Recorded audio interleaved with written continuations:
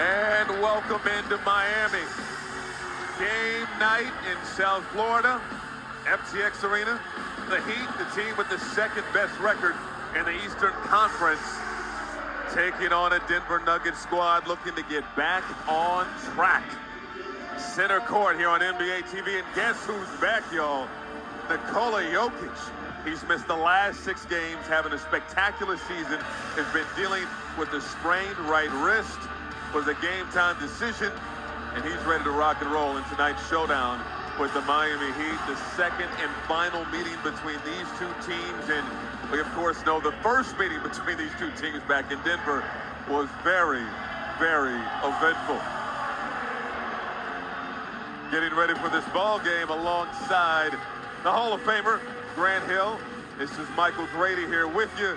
Player introductions wrapping up. No Jimmy Butler for sure in this game.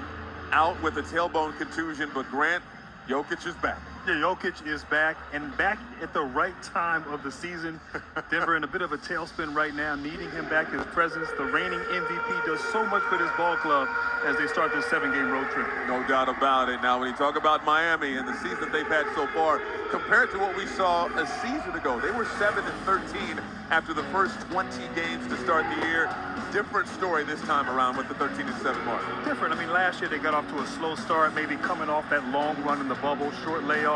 But this year, back to Miami Heat basketball. Great start to the season, and they're going to need all their forces. And, of course, Kyle Lowry, the new addition this year, championship pedigree, still trying to find his way and find his comfort zone with this ball club. But obviously will be big for them during the season and for their goals in the playoffs. Yeah, he's one of those guys that affects winning for sure. As we take a look at our starting lineups brought to you by CarMax.